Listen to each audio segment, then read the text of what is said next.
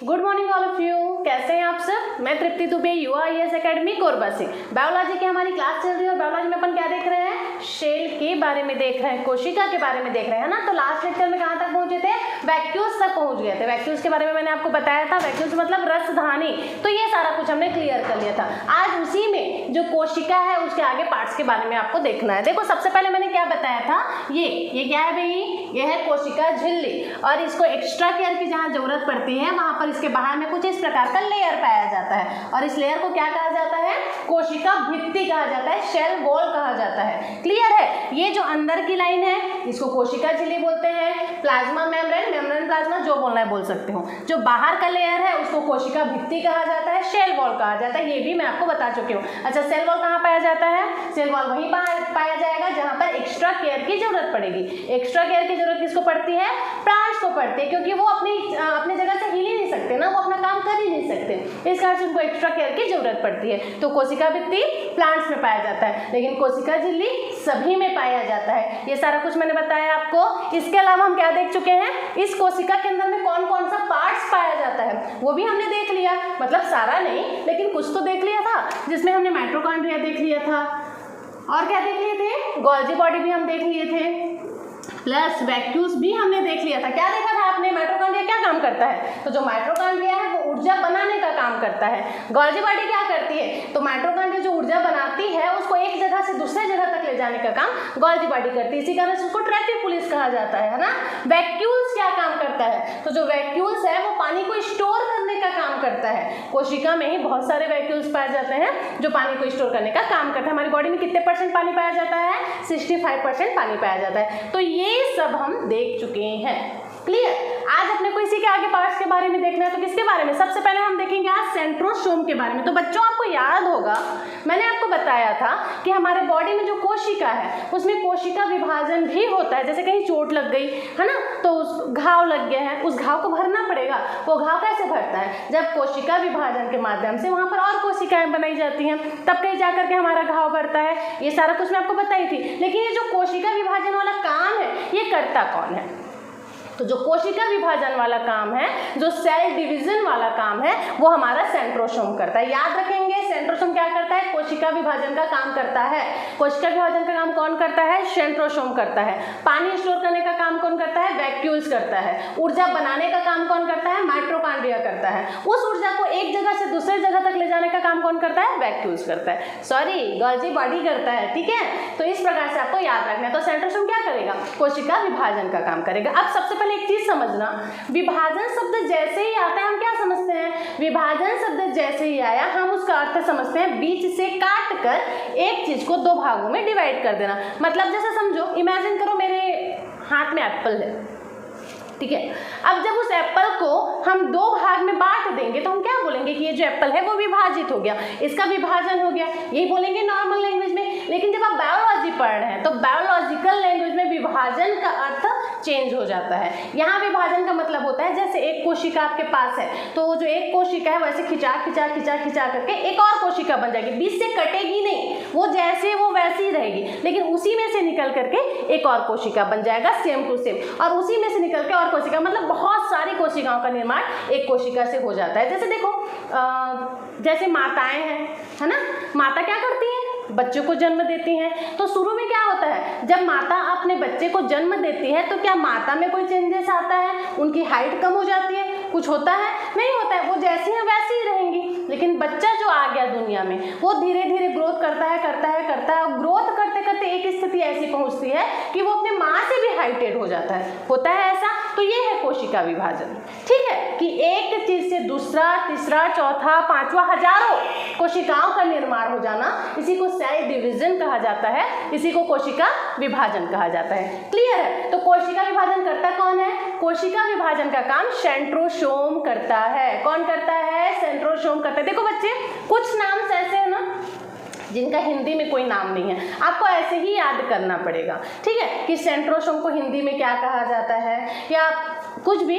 तो जिस वे में मैं, जिस लैंग्वेज में मैं आपको पढ़ा रही हूँ, आप उसी लैंग्वेज में याद करने की कोशिश कीजिए, क्योंकि इंग्लिश इतना भी टफ नहीं है जितना बच्चे उसको समझ लेते हैं। जरूरत किसकी होती है? सिर्फ आपको याद करने की। अपने माइंड में सेट करो जब ये मैडम बोल सकते तो हम क्यों नहीं बोल सकते?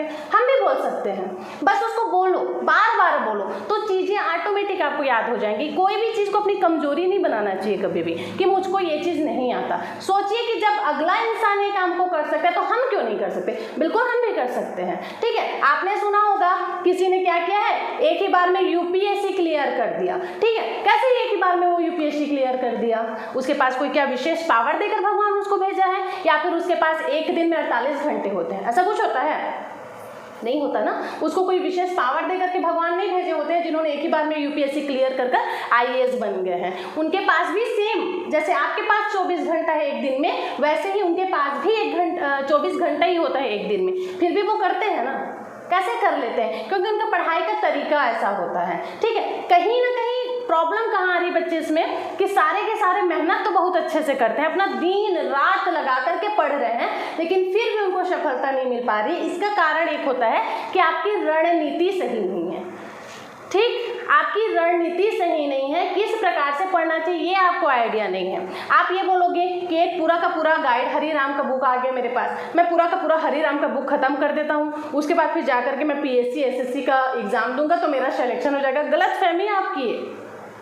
बहुत अच्छी बुक है हरी राम की बुक, आई नो, ठीक है, बहुत अच्छी बुक है, लेकिन आपको यहाँ पर करना क्या है? पहले तो आपको ये चीज पता होना चाहिए कि आप तैयारी किसके लिए कर रहे हैं, आपको बनना क्या चीज़ है। आपका टारगेट पहले फिक्स करो आप कि आप क्यों इस एग्जाम को देना चाह रहे हैं। उसके बाद क्या करना है, दूसरे नंबर पर आप पहले एक लिस्ट बनाइए कि आपको कितना पढ़ना है, मतलब कौन से चैप्टर से ज़्यादा क्वेश्चंस आ रहे हैं पिछले बार के क्वेश्चन को देख करके, ठीक है, और कौन से चैप्टर से कम क्वेश्चन आ रहे हैं, कौन से सब्जेक्ट से ज़्यादा क्वेश्चन आ रहे हैं, कौन से सब्जेक्ट से कम क्वेश्चन आ रहे हैं। इससे होगा क्या कि आपको भी नहीं पता है कि कौन से सब्जेक्ट से ज़्यादा क्वेश्चन आ रहे हैं, आप सिर्फ क्या कर रहे हो, पढ़े जा रहे हो, पढ़े जा रहे हो, पढ़े जा रहे हो। इतना सब्जेक्ट होता है, बस ये पता चल गया आपको, फिर बस आप पढ़ाई किए पढ़े हैं। ऐसा नहीं करना है। जिस सब्जेक्ट से ज़्यादा क्वेश्चन आ रहे हैं आपको पता है, उस पर ज़्यादा आप टाइम दीजिए, ठीक है। जिस सब्जेक्ट से कम नंबर मिल रहे हैं उसको आप थोड़ा कम टाइम दीजिए। तो ऐसा करने से होगा कि एक परफेक्ट रणनीति के तहत आपकी तैयारी बहुत अच्छी हो जाएगी।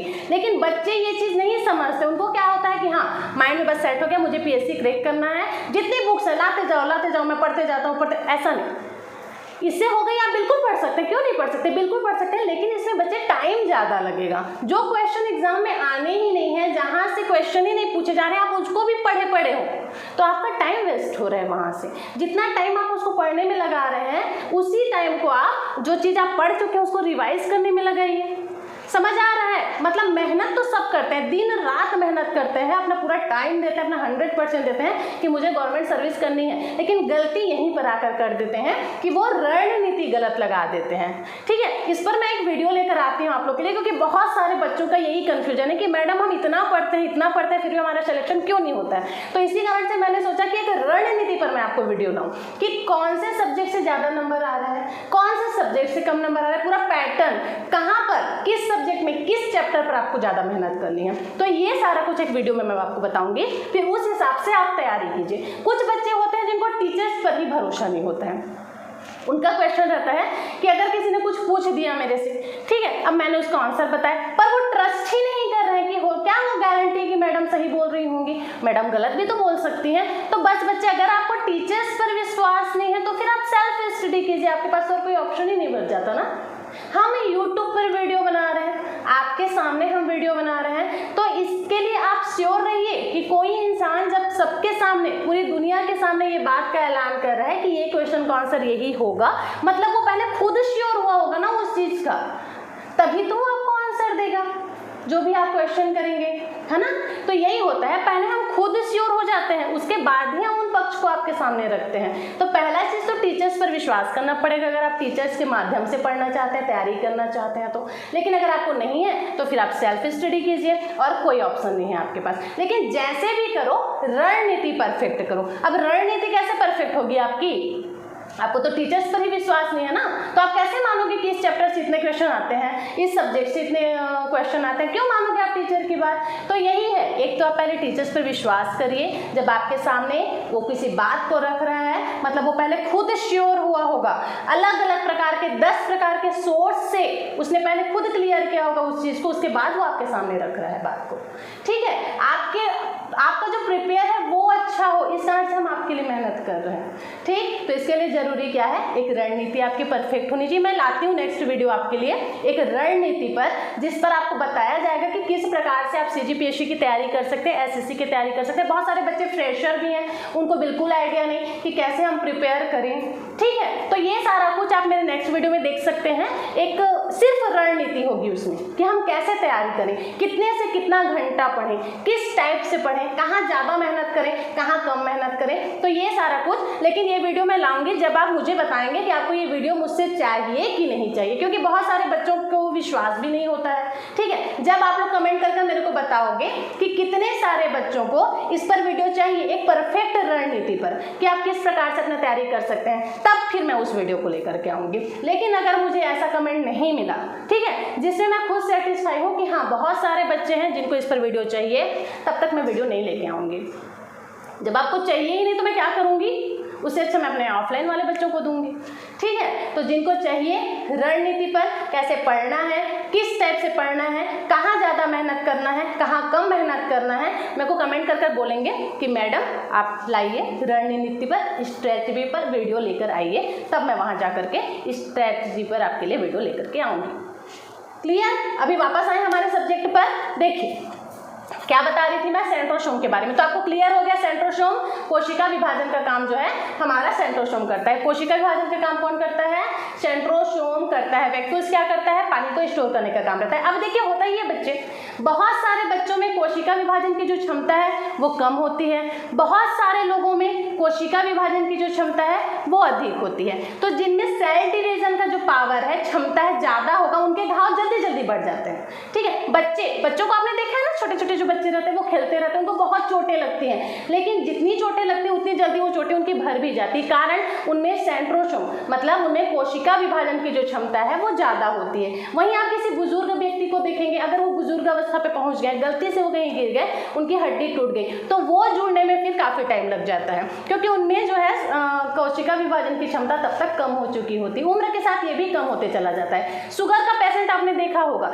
इनमें कोशिका विभाजन की क्षमता कम होती है। इसी कारण से अगर किसी शुगर पेशेंट को कहीं पे घाव लग गया तो उसको भरने में बहुत समय लगता है। एक सिर्फ वो घाव जो उनकी मृत्यु का कारण भी बन जाता है किसी किसी केसेस में। ठीक है, तो ये होता है कोशिका विभाजन की क्षमता। अब यहाँ से एक क्वेश्चन जो सीधे आपसे पूछ लिया जाएगा कि हमारे बॉडी के किस पार्ट में सबसे ज़्यादा कोशिका विभाजन की क्षमता होती है, तो आपको याद हो गया होगा अभी तक ये तो कि कोशिका विभाजन की जो क्षमता है वो हमारे लीवर में होती है सबसे ज़्यादा, और सबसे कम बिल्कुल नगण्य हमारे ब्रेन में होती है। ठीक है, क्योंकि ब्रेन में कोशिका विभाजन ही नहीं होता है। एक क्वेश्चन बन जाएगा कि जन्म से सिर्फ एक ही कोशिका किस बॉडी पार्ट में होती है, तो वो हमारा ब्रेन है। जब हम पैदा हुए हैं तब से सिर्फ एक ही कोशिका जो ब्रेन में है वही रहेगी, वो दोबारा कोशिका विभाजन उसमें नहीं हो सकता है। ऐसा क्यों होता है, तो देखिए जो हमारा ब्रेन है ना वो न्यूरॉन से मिलकर के बना होता है, न्यूरॉन और गिलियल से मिलकर के बना होता है। 90% न्यूरॉन होता है और 10% गिलियल होता है। ठीक है, तो जो न्यूरॉन है, इसमें इंटरेस्टिंग चीज़ ये है कि हमारा जो ब्रेन है वो 90% न्यूरॉन से बन रहा है, 10% गिलियल से बन रहा है।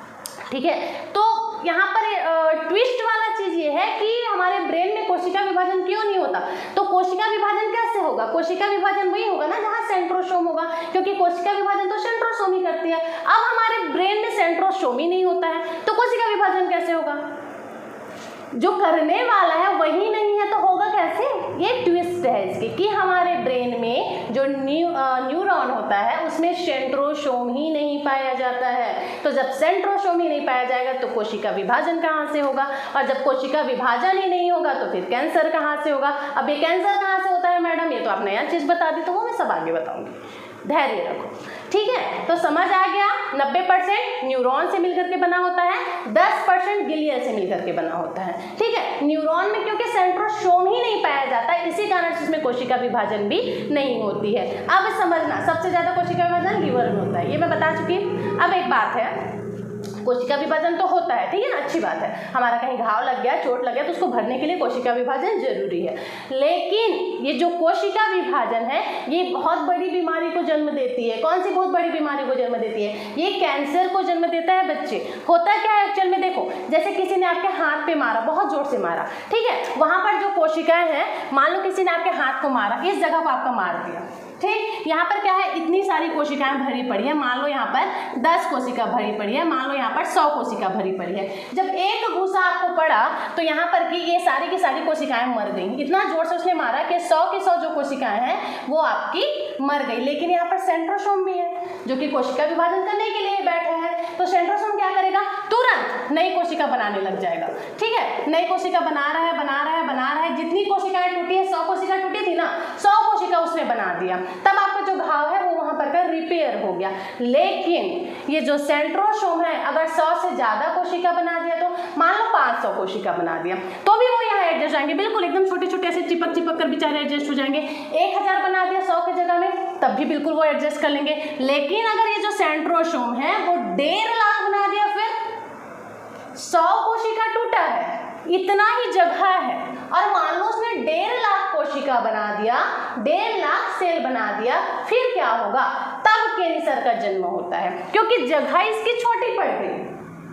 कोशिका इसने ज्यादा बना दिया लेकिन जगह इतनी है, इसी में ठूसना है पूरा 1.5 लाख को, ठीक है। कैसे होगा, कुछ तो होगा ना। अपने आप को इमेजिन करके देखो, एक छोटा सा कमरा है जिसमें सिर्फ 100 लोग आप लोग आ सकते हैं, पूरा पैक है, पूरा पैक, ठीक है, लेकिन 100 लोग उसमें कंफर्टेबल रह सकते हो। अब उसमें मैं जबरदस्ती 1.5 लाख लोगों को फिक्स कर दूं, नहीं तुम भी यहीं रहोगे, तुम भी यहीं रहोगे, तुम भी यहीं रहोगे, क्या होगा, घुटन से आपकी सांस भरने लगेगी, और फिर क्या होगा आपको पता ही है। तो यही सेम केस यहाँ भी होता है। जब कोशिका टूट गई, मान लो 100 कोशिका टूट गई, अब उसकी जगह पर 1.5 लाख नया कोशिका बन गया, और इतना ही जगह में उसको एडजस्ट करना है, तब फिर कैंसर की बीमारी होती है। क्लियर है? तो तभी कैंसर की बीमारी होती है, और कैंसर का इलाज सिर्फ कीमियोथेरेपी के द्वारा हो सकता है। डॉक्टर्स के पास जब आप जाएंगे, अगर आपको कैंसर हो गया है, तो डॉक्टर क्या करेगा, आपका चेकअप करेगा। तो जो चेकअप करता है उसको क्या कहा जाता है, उसको कहा जाता है कीमियोथेरेपी। होता क्या है कीमियोथेरेपी में, पता है आप लोग को?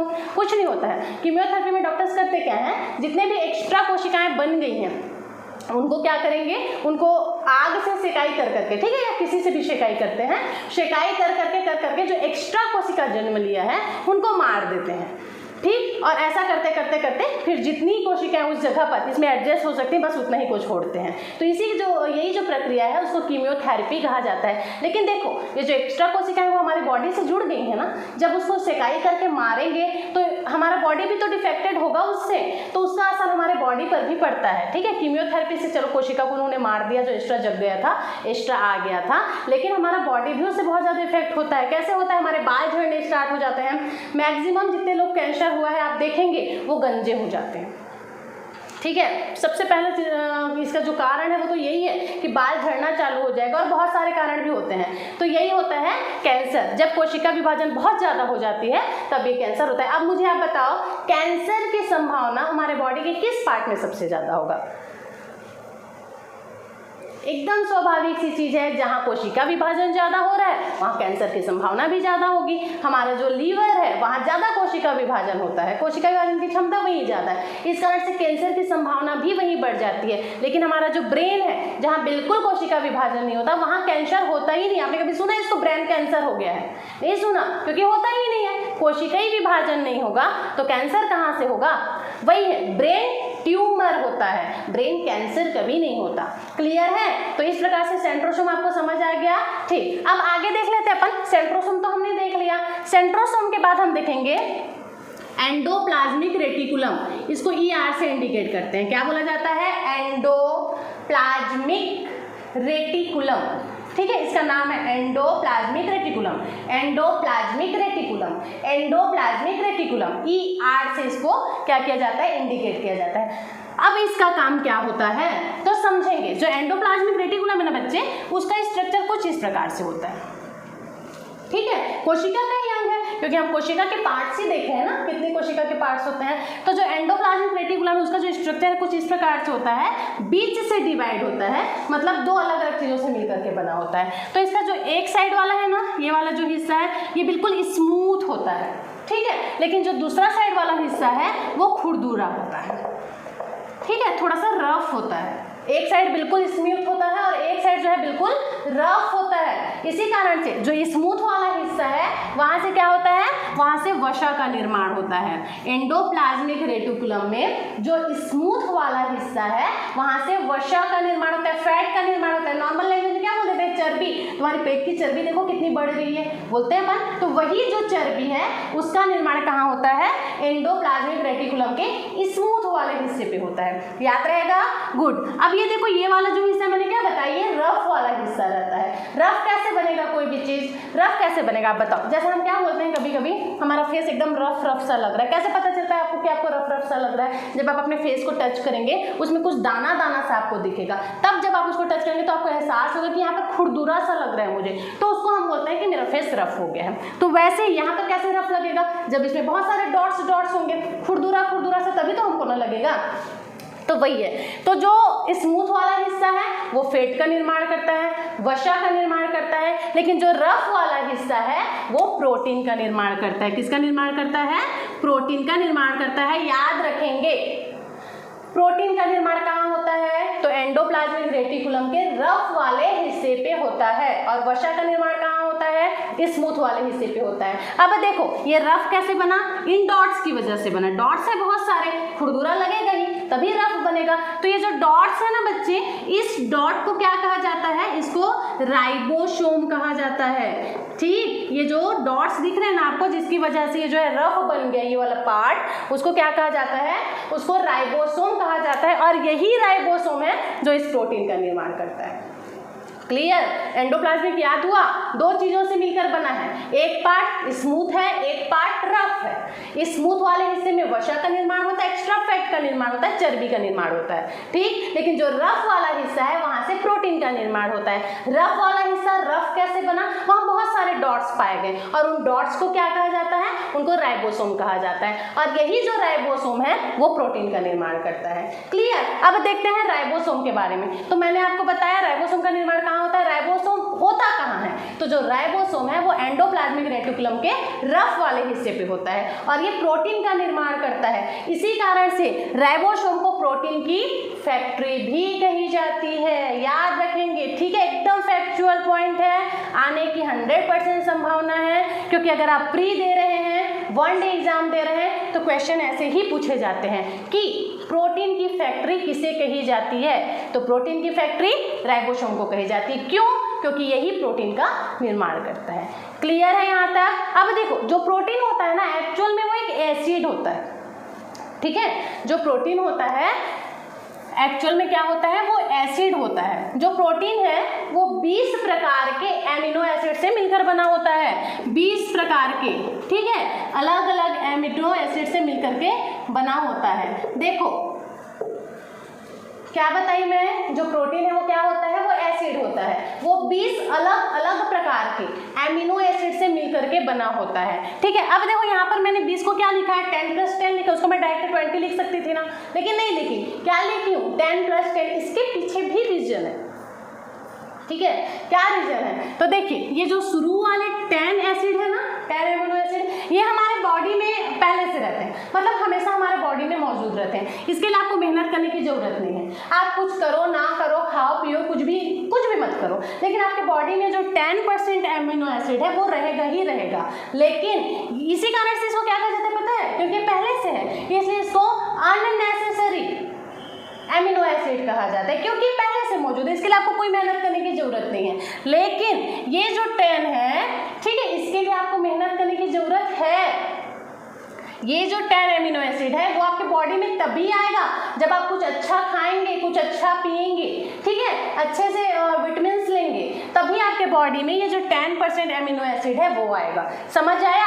10% जो एमिनो एसिड है वो पहले से हमारे बॉडी में मौजूद होता है, तो उसको क्या कहा जाता है, जो पहले से मौजूद होता है उसको अननेसेसरी एमिनो एसिड कहा जाता है। लेकिन ये जो 10 एमिनो एसिड है ये हमको कमाना पड़ता है, खुद खाना पड़ता है, अच्छी अच्छी चीजें खाएंगे तब ये 10 जो है वहां जाएगा। फिर ये दोनों मिल करके बन गए 20। अब जब 20 एमिनो एसिड मिल करके बन जाता है तब क्या बनता है, एक प्रोटीन का निर्माण होता है, और इस एक प्रोटीन का निर्माण कौन कर रहा है, राइबोसोम कर रहा है। राइबोसोम कहाँ है, रफ एंडोप्लाज्मिक रेटिकुलम में है।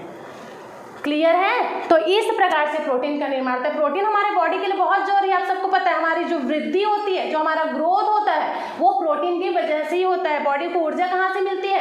प्रोटीन से ही मिलती है। अगर हमारा कहीं पर कट पिट गया छोटा मोटा, तो ये प्रोटीन की वजह से ही बढ़ता है, ठीक है।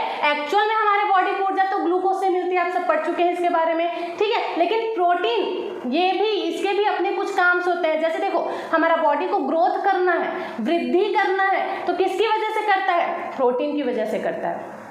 जैसे कोई बुजुर्ग व्यक्ति हैं, जब आप वृद्धावस्था में पहुंच जाते हैं, ठीक है, जब आप बुजुर्ग हो जाते हैं, तो आपको मेंटेन रखने के लिए, आपके मेंटेनेंस के लिए प्रोटीन की ज़रूरत होती है। आपको स्वस्थ रखने के लिए प्रोटीन की ज़रूरत होती है। लास्ट टाइम पर जब आपकी बॉडी की सारी एनर्जी खत्म हो गई, उस टाइम पर ये प्रोटीन ही होता है जो आपको संभाल के रखता है, ठीक है। कोई बच्चा है, छोटा है, अब छोटा बच्चा है तो उसको तो बड़ा होना है ना, तो लंबा होने के लिए प्रोटीन की जरूरत पड़ती है। इसी कारण से जैसे कोई बच्चा है, मान लो उसकी हाइट ज़्यादा नहीं बढ़ रही है, तो जब डॉक्टर्स के पास जाएंगे तो डॉक्टर क्या बोलते हैं? कुछ प्रोटीन का आपको पाउडर लिख करके दे देंगे कि आप इसको ये पिलाइए। प्रोटीन पीने से होता क्या है कि हाइट में ग्रोथ होता है, शरीर के बनावट में ग्रोथ होता है। तो वृद्धि करने वाला जो कॉन्सेप्ट है वो प्रोटीन से आता है। वृद्धि कौन करता है? वृद्धि प्रोटीन करता है। क्लियर है? ठीक, तो ये आपको याद रखना पड़ेगा। जैसे ग्लूकोज हमारी बॉडी को ऊर्जा देती है ना, वैसे प्रोटीन की वजह से हमारी बॉडी में क्या होता है? वृद्धि होता है। हमारी बॉडी को मेंटेनेंस करके कौन रखता है? तो ये प्रोटीन ही रखता है। तो आपको एंडोप्लाज्मिक रेटिकुलम समझ आया। इसके अंतर्गत हमने राइबोसोम भी देख लिया, जिसको क्या कहा जाता है भाई? प्रोटीन की फैक्ट्री कही जाती है। क्लियर? और प्रोटीन के वर्क भी हमने देख लिए। अब अपने को क्या देखना है? अब अपने को देखना है न्यूक्लियस के बारे में। न्यूक्लियस क्या होता है? न्यूक्लियस मतलब केंद्रक, ठीक है। किसको बोला जाता है? केंद्रक को बोला जाता है। ये जो केंद्रक है ना, इसका बहुत बड़ा रोल होता है कोशिका में। कैसे बहुत बड़ा रोल होता है? तो ये जो केंद्रक है, सबसे पहले तो केंद्रक की खोज किसने करी थी? तो जो केंद्रक है उसकी खोज करी थी रॉबर्ट ब्राउन ने। किसने किया था? रॉबर्ट ब्राउन ने। कैसे याद रखेंगे कि केंद्रक की खोज रॉबर्ट ब्राउन ने की थी? तो बस एक चीज अपने माइंड में सेट कर लो, जो केंद्रक है, जो न्यूक्लियस है, वो ब्राउन कलर का होता है। कैसे कलर का होता है? ब्राउन कलर का होता है। तो बस आपको याद आ जाएगा, जब भी केंद्रक आएगा, केंद्रक कैसा होता है? ब्राउन कलर का। हाँ, तो रॉबर्ट ब्राउन ने खोज किया था, ठीक है। तो ज्यादा इसमें करने की जरूरत नहीं पड़ेगी आपको। तो जो केंद्रक है उसकी खोज किसने करी है? उसकी खोज जो है रॉबर्ट ब्राउन ने की है। याद रहेगा। अब देखो, जैसे सबका अपना अपना वर्क रहता है ना, वैसे केंद्रक का भी अपना वर्क है। क्या वर्क है? जो केंद्रक है वो जितने भी कोशिका के अंदर में बॉडी पार्ट है इसके, मतलब जितने भी कोशिका के अंदर में अंग पाए जाते हैं, उनको उनका काम बताता है, उनको ऑर्डर देता है। जैसे कि माइटोकॉन्ड्रिया क्या काम करता है? ऊर्जा बनाने का काम करता है ना। तो केंद्रक उसको बोलेगा तभी वो ऊर्जा बनाएगा। जो केंद्रक है वही बोलेगा उसको कि माइटोकॉन्ड्रिया तुम ऊर्जा बनाओ जल्दी जल्दी, इतना ऊर्जा बनाना है तुमको, क्वांटिटी भी बताएगा। तब जाकर के माइटोकॉन्ड्रिया क्या करता है? ऊर्जा बनाने का काम करता है, ठीक। ये जो गोल्जी बॉडी है, ऊर्जा को एक जगह से दूसरा जगह ले जाने का काम करता है। तो उसको ये केंद्रक ही बोलता है कि अरे यहाँ पर का ऊर्जा को यहाँ पर पहुँचाना है, जल्दी पहुँचाओ उसको, तब जाकर के वो काम करेगा। मतलब जितने भी अंग हैं उन सबको काम करने के लिए ऑर्डर कौन देता है? ये केंद्रक देता है। मतलब उनको कंट्रोल कौन करता है? तो ये केंद्रक करता है। लेकिन यहाँ भी ट्विस्ट है। ट्विस्ट क्या है? न्यूक्लियस को, केंद्रक को ऑर्डर देने का पावर तो दे दिया गया, सबको कंट्रोल करने का पावर तो दे दिया गया, लेकिन पनिशमेंट देने का पावर इसको नहीं दिया गया, ठीक है। ये सबको बोल सकता है कि ए माइटोकॉन्ड्रिया तुम ऊर्जा बनाओ, ठीक है। तो माइटोकॉन्ड्रिया ऊर्जा बना दिया तब तो ठीक, लेकिन अगर वो ऊर्जा नहीं बनाया तो बोल दिया मेरा मूड नहीं है ऊर्जा बनाने का, मैं नहीं बनाऊंगा, जाओ। तो ये बेचारा केंद्रक कुछ नहीं कर पाएगा, क्योंकि वो पनिशमेंट नहीं कर सकता है। पनिशमेंट देने की क्षमता, उसको पावर उसको नहीं दिया गया। उसको सिर्फ ऑर्डर देने का, उनको कंट्रोल करने का, सिर्फ इसी का पावर दिया गया है। उसको पनिशमेंट देने का पावर नहीं, तो बेचारा न्यूक्लियस क्या करेगा? तो इसीलिए इनको पनिशमेंट देने के लिए, अगर ये कभी ऐसी हरकत करते हैं तो इनको पनिशमेंट देने के लिए यहाँ पर इनका एक जज बैठा होता है, ठीक है। उस जज को क्या कहा जाता है? उस जज को कहा जाता है लाइसोसोम। क्या कहा जाता है? एल फॉर लाइसोसोम, ठीक है। ये न्यूक्लियस अगर किसी को बोल रहा है काम मेंटेन करने के लिए, तुम ये करो, तुम वो करो, तुम वो करो, तुम वो करो, अगर सबने किया तब तक तो ठीक है। लेकिन अगर किसी ने बोल दिया मैं नहीं करूँगा, जाओ मेरा मूड नहीं है करने का, तब ये जो न्यूक्लियस है वो इसके ऊपर में भी कौन बैठा हुआ है? इसका जज बैठा हुआ है, जो जा करके फिर इसको क्या करेगा? इसको बोलेगा कि सर देखिए ये लोग मेरा बात नहीं मान रहे हैं, मैं उनको बोल रहा हूँ फिर भी बात नहीं मान रहे। तब जो एक्शन लेना है, तब उनको जो पनिशमेंट देनी है वो सीधा लाइसोसोम देता है। और पनिशमेंट भी क्या देता है? सीधा इन लोग को मार देता है। जान से मार देता है, फिर सेंट्रोसोम नया बनाएगा। ठीक है, तो इस प्रकार से न्यूक्लियस का काम क्या होता है, सबको ऑर्डर देना, सबको कंट्रोल करना। लेकिन लाइसोसोम क्या करता है, वो पनिशमेंट देने का काम करता है। लाइसोसोम कैसे उनको पनिशमेंट देगा, क्या करता है, क्या क्या उसके अंदर गुण होते हैं, कैसे वो बाकी लोगों को कंट्रोल करेगा, ये सारा कुछ हम देखेंगे नेक्स्ट वीडियो में। आज के लिए बस इतना ही। वीडियो कैसा लगा कमेंट करके बताना है। अगर पसंद आए तो लाइक भी करिएगा, ज़्यादा से ज़्यादा शेयर भी करिएगा। इसके साथ साथ मैंने जो आपको कहा, अगर आपको किस पर रणनीति पर वीडियो चाहिए, कैसे तैयारी करनी है, किस प्रकार से तैयारी करनी है, कहाँ से करनी है, कहाँ अपना ज़्यादा टाइम देना है, कहाँ अपना कम टाइम देना है, ये सारा कुछ अगर आपको करना है तो जब तक मुझे कमेंट कर आप नहीं बताएंगे मैं इस पर वीडियो नहीं लाऊंगी। क्लियर है? कमेंट कर आपको बताना है कि हाँ आपको चाहिए, और परसेंट भी ज़्यादा होने चाहिए बच्चों की। 1-2 बच्चे कमेंट करोगे तो उससे फिर मैं कैसे करूँगी? ज़्यादा से ज़्यादा बच्चे जिनको चाहिए, अगर मुझे लगेगा कि हाँ इन बच्चों को सच में ये वीडियो चाहिए, तो फिर मैं जल्दी जल्दी वो वीडियो लेकर आऊँगी, ताकि आप जल्दी से अपना तैयारी प्रिपेयर करना स्टार्ट कर दीजिए। तब तक के लिए thank you so much for watching this video. Thank you again.